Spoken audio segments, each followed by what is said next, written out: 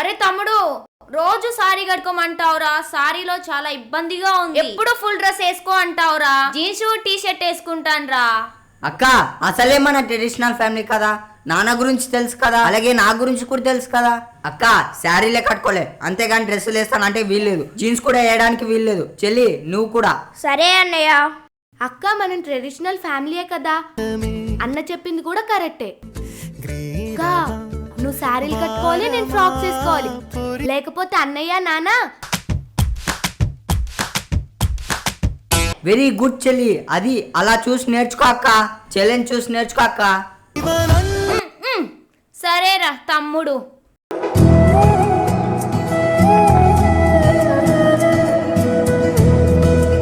అరే మనం నైట్ విరూపాక్ష సినిమాకి వెళ్ళినాం కదా, ఎలా ఉంది? మస్తుందిలే. బాగుంది. అవునే, మాకోసం మస్తు చేసిన స్పాన్సర్స్. మనతోన అట్లుంటది. అరే మీకేం కావాలో చెప్పండి రా, అన్ని ఇప్పిస్తా, మొహమాటం పడద్దు, ఓకేనా? హుస్సేన్ నువ్వు చాలా అందగతివే.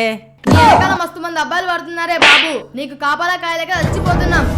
అవునారా, మన ఫాలోయింగ్ అట్లుంటది. మరి ఈరోజు బిర్యానీ తిందాం పదండ్రా.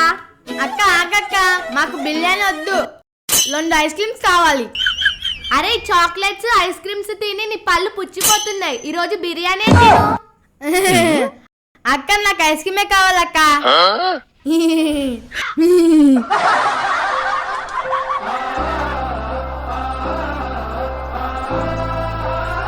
అరే ఏంది ఈ డ్రెస్? నీకేమైంది?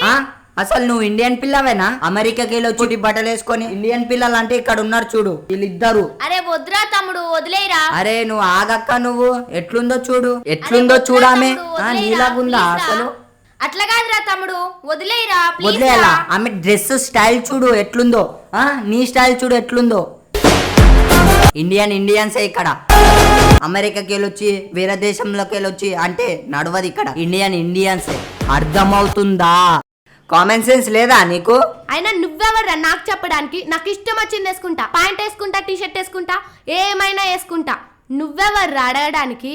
అమ్మాయి అంటే శారీ కట్టుకోవాలి, డ్రెస్ వేసుకోవాలి, పద్ధతిగా ఉండాలి.